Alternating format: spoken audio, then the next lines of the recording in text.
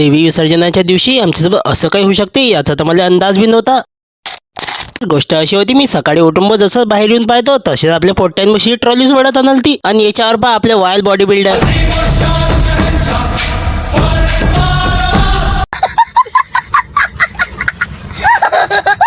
पुदुक्कन घरी गेलो, सुदुक्कन तयार करून बाहेर आलो, आणि मग आपल्या भुलाले सोबत घेऊन मी आलो व सीधा पुलाच्या बाहेर, कारण की अटे आपल्या राक्षसचे सगळे पुढचे अलग केले. साला याले पाहून कोणी म्हणे का हे राक्षस असा होता. मग तडून कल्टी घेऊन मी आलो सीधा चौकात येऊन एका अर्जंट कामासाठी मित्राची गाडी घेतली. थोडासा समोर आलोच होतो की आपल्या पेट्रोलचा काटा मला म्हणे की साल्या म्हणे मा पोटात काही टाकतं की तुला अटीच सोडून देऊ. बस मग अशी धमकी ऐकल्यानंतर कोणता माणूस एकटं सोडून देऊन आले, आणलं मग पेट्रोल पंपावर. आणि पेट्रोल पंपावर आल्यानंतर गाडीच्या पुढच्या मध्ये पेट्रोल प्रवाहित करून आम्ही निघालो माझ्या अर्जंट कामासाठी. मग 360च्या स्पीडनं आपलं अर्जंट काम निपटवलं आणि आलो सीधा घरी. अटी येऊन पाहतो तर आपल्या देवीला व विसर्जनासाठी नेणं चालू होतं. पण तुम्ही काय म्हणा भाऊ, देवी झाले, गणपती झाले, असे काही दिवाळीसारखे सण असले की नाही ते सपकन निघून जातात, आणि आपले असे रोजचे दिवस पहा कधीच लवकर निघत नाही. त्याच्यामध्ये आपल्या पोट्ट्यान लावली बशी स्काय शॉटची पेटी, आणि जे माहोल झाला ना भो, मग ते सगळं फुटणं झाल्यानंतर आम्ही देवी घेऊन आलो बशी चांगदेव मुक्ताबाई. मग अटी आल्यानंतर आरामात देवीला उचललं आणि आरामात नौकावर ठेवलं. मग आपले पोट्टे घेऊन गेले देवीला विसर्जनासाठी. तर हाच होता आजचा एक छोटासा कार्यक्रम, आणि हा कार्यक्रम तुम्हाला आवडला असेल तर मग घ्या मग फटाफट आपल्यासारखे गरीबवाले फॉलो करून,